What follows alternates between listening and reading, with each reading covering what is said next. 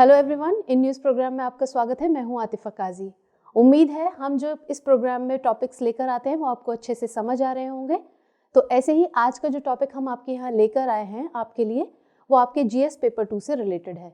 तो चलिए देख लेते हैं हमारा आज का टॉपिक क्या है। Government notifies new rules makes it tougher for NGOs to get foreign funds. ये हमारा आज का टॉपिक है।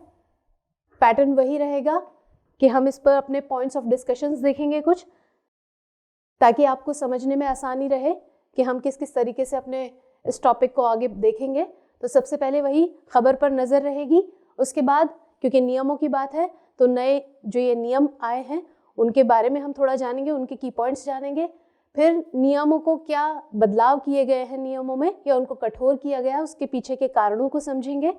उसके बाद विदेशी अभिदाय विनियमन अधिनियम 2010 के बारे में जानेंगे और इसी के संशोधित रूप यानी विदेशी अभिदाय विनियमन संशोधन अधिनियम 2020 को समझेंगे। फिर इसके प्रभावों को देखेंगे और उसके बाद इसके आगे की राह को समझते हुए फिर हम अपने प्रश्न सेशन पर जाएंगे, जिसका उत्तर आपको कमेंट सेक्शन में देना होगा। तो चलिए टॉपिक स्टार्ट कर लेते हैं। दरअसल सरकार एनजीओज को जो फॉरेन फंड्स मिलता है उसको लेकर कुछ नए नियम लेकर आई है। तो हमारा आज का टॉपिक भी यही है कि जो सरकार ने असल में जो पुराना नियम था विदेशी अंशदान विनियमन, उसके 2011 के नियमों में बदलाव किया है कुछ, और जो ये नए नियम हैं 2020 के, ये 10 नवंबर से लागू भी कर दिए गए हैं। हालांकि जो आलोचक हैं और जो विशेषज्ञ हैं इन 2020 के नियमों को थोड़ा कठोर मान रहे हैं कि ये 2011 के कंपैरेटिवली थोड़े से कठोर हैं। तो ये हम आगे जो इसके प्रावधान है नियमों के, इनको देखते हुए समझते हैं कि क्यों इनको कठोर कहा जा रहा है। तो इन नियमों को अगर देखें तो इसकी सबसे पहली बात यह है कि अब अगर किसी संगठन या ऑर्गेनाइजेशन को किसी अपनी स्पेसिफिक एक्टिविटी या प्रोजेक्ट के लिए फॉरेन फंड्स चाहिए तो उसे अपने डोनर से, यानी कि जो फंड देने वाला है, उससे एक स्पेसिफिक कमिटमेंट लेटर लेना होगा। स्पेसिफिक कमिटमेंट लेटर लेना होगा और उसमें क्या होगा, उसमें दो मेन बातें होंगी। पहला कि विदेशी अंशदान कितना दिया जा रहा है, क्या यानी कि जो फंड है वो कितना है, और दूसरा उसका पर्पस क्या है, जो वो अंशदान है उसका पर्पस क्या है, उसका उद्देश्य क्या है। तो ये दोनों बातें उस लेटर में शामिल होंगी। और इसके अलावा ऐसे किसी भी संगठन को अब FCRA यानी फॉरेन कंट्रीब्यूशन रेगुलेशन एक्ट, इसके तहत पंजीकृत होने के लिए यानी कि रजिस्टर होने के लिए पिछले 3 साल से अस्तित्व में होना ज़रूरी है, यानी एक्टिव होना ज़रूरी है। और खाली एक्टिव होना ज़रूरी नहीं है, अस्तित्व में होना ज़रूरी नहीं है पिछले 3 साल से, बल्कि इन पिछले 3 सालों में उसके द्वारा खर्च की गई राशि 15 लाख से कम नहीं होनी चाहिए। तो ये भी नए नियमों में शामिल किया गया है। और एक और ख़ास बात कि जो अंशदान है अगर वो 1 करोड़ रुपए से अधिक होता है, यानी 1 करोड़ रुपए से ज़्यादा हो जाए, तो सरकार उसके लिए इंस्टॉलमेंट की फैसिलिटी प्रोवाइड कर रही है, यानी आप इंस्टॉलमेंट में वो अंशदान ले सकते हैं। लेकिन इसमें भी एक बात है कि जो इंस्टॉलमेंट है वो सरकार तय करेगी कि इंस्टॉलमेंट में ले तो सकते हैं, लेकिन इंस्टॉलमेंट कितनी होंगी ये सरकार तय करेगी। और इंस्टॉलमेंट में भी कैसे रहेगा कि आपको दूसरी इंस्टॉलमेंट तब मिलेगी, दूसरी इंस्टॉलमेंट तब रिलीज होगी ऐसे में इंस्टॉलमेंट में जो आप लेंगे राशि, जब आप पहली इंस्टॉलमेंट का जो 75% है, कितना 75% हिस्से के सदुपयोग का प्रूफ दे देंगे। यानी कि सबूत देना होगा कि पहली इंस्टॉलमेंट का 75% हिस्सा सही कामों में लगाया गया, तभी आपको दूसरी इंस्टॉलमेंट रिलीज की जाएगी। हालांकि नए नियमों में कुछ राहत भी दी गई है। अब ये राहत किनको दी गई है, जैसे विद्यार्थी, किसान, कामगार और जो युवा संगठन हैं, इनको अब राजनीतिक प्रकृति का संगठन नहीं माना जाएगा। जो ये सब हैं इनके द्वारा बनाए गए संगठनों को राजनीतिक प्रकृति का संगठन नहीं माना जाएगा। लेकिन अगर इनमें से कोई भी सक्रिय राजनीति या पार्टी पॉलिटिक्स में शामिल हो जाता है, इन्वॉल्व हो जाता है, तो इन्हें भी राजनीतिक प्रकृति का संगठन माना जाएगा। और कानून क्या कहता है कि कानून कहता है कि राजनीतिक संगठन को जो है विदेशी चंदा लेने की परमिशन नहीं है। तो एक पॉइंट ये हुआ, जो राहत तो दी गई लेकिन उसमें भी ये एक पॉइंट शामिल है। और इसके अलावा जो नए नियम हैं उनमें अब कोई जो व्यक्ति है अगर वो अपना रजिस्ट्रेशन सर्टिफिकेट रिन्यू कराना चाहता है तो उसे FCRA अकाउंट चाहिए होगा। अभी हमने FCRA के बारे में देखा कि इसमें एक और वो था पॉइंट, और FCRA अकाउंट भी चाहिएगा यहाँ पर, मतलब अगर आपको रिन्यू कराना है। हालांकि 2011 के नियमों में के मुताबिक जब अपना रजिस्ट्रेशन सर्टिफिकेट जो था वो 5 साल पर रिन्यू कराना जरूरी होता था। तो अब जो है, तो ये सारे नियम हमने देखे, तो इन नियमों में जो कठोरता दिखाई दे रही है तो उसके पीछे आखिर कारण क्या है कि क्यों सरकार ने इनको थोड़ा कठोर किया है।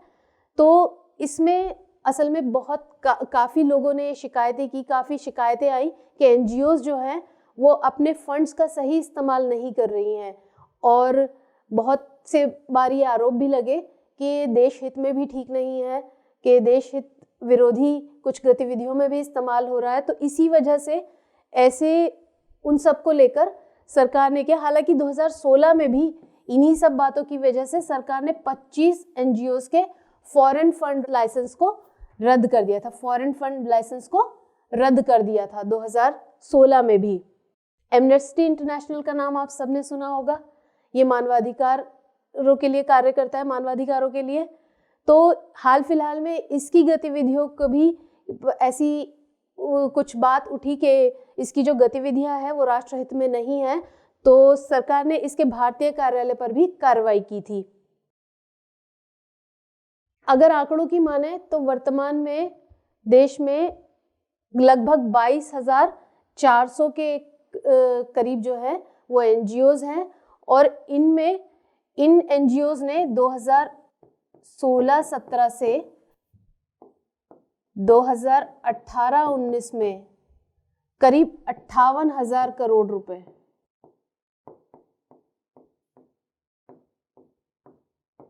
58,000 करोड़ रुपए जो थे वो विदेशी फंड के रूप में रिसीव किए थे। तो इतनी बड़ी रकम कहाँ कैसे खर्च हो रही है, तो सरकार इनके विनियमन के लिए, इसलिए सरकार ने कुछ ये कठोर कदम उठाए हैं, कठोर नियम लाई है। तो इन्हीं सबको देखते हुए अब हम अगर बात करें कि पहले नियमों की, यानी जो 2010 के थे, विदेशी अभिदाय विनियमन अधिनियम 2010 जो था, जो 2011 में लागू हुआ, तो उसके नियम क्या कहते थे। तो उसके मुताबिक 2011 में जो ये लागू हुआ ये अधिनियम, इसका जो उद्देश्य था वो व्यक्तियों, संगठनों या कंपनियों द्वारा लिए जाने वाले विदेशी अंशदान के सदुपयोग को विनियमित करना था, और ये देखना कि इसलिए कि राष्ट्रहित के लिए खतरा ना हो। और इस कानून के अनुसार कौन से लोग जो थे वो विदेशी योगदान लेने के पात्र नहीं होंगे, कौन इसके लिए एलिजिबल नहीं थे। चुनाव अभ्यर्थी, स्तंभकार, एडिटर, ओनर, प्रिंटर, प्रकाशक, इस तरीके से सारे सरकारी सेवक, न्यायाधीश, सरकार द्वारा संचालित किसी भी निगम का कर्मचारी और विधायिका का सदस्य और राजनीतिक प्रकृति का कोई भी संगठन आदि, यानी कि इसमें और लोग भी शामिल हो सकते हैं।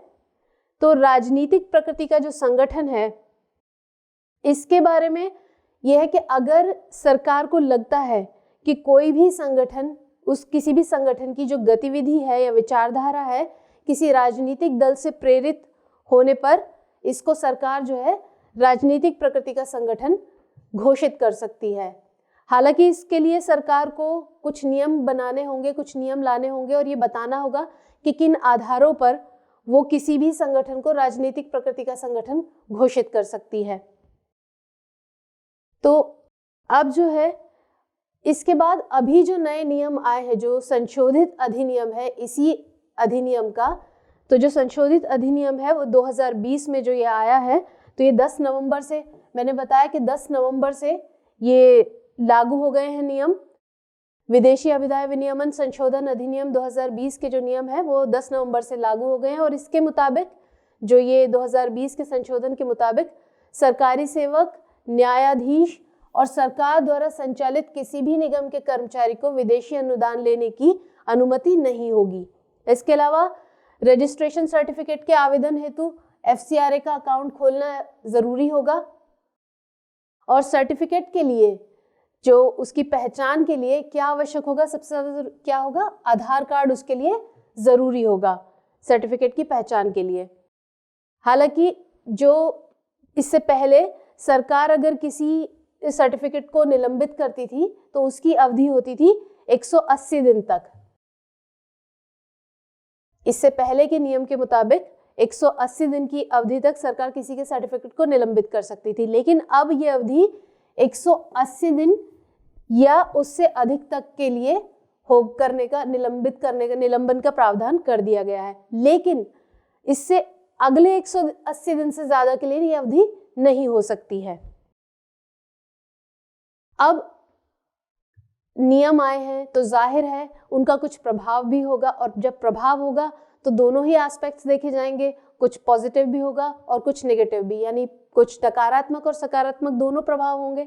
तो पहले अगर इसके सकारात्मक प्रभाव को देखें तो इससे क्या होगा कि जो सरकार है, जो सरकारी एजेंसीज हैं, वो विदेशी चंदे पर नज़र रख सकेंगी कि कहाँ से आ रहा है, कहाँ जा रहा है, और जो एनजीओज हैं वो उनको कहाँ और कैसे खर्च कर रही हैं। तो सरकार दोनों पर नज़र रख सकेगी, उनकी निगरानी कर सकेगी उससे, और इसी से फिर वो ये सुनिश्चित भी कर सकेगी, क्योंकि जाहिर है जब उसे ये पता होगा कि चंदा कहाँ से आ रहा है, कहाँ खर्च हो रहा है, तो राष्ट्र हित में क्या है क्या नहीं, इसकी राष्ट्र हित को भी वो सुनिश्चित कर सकेगी।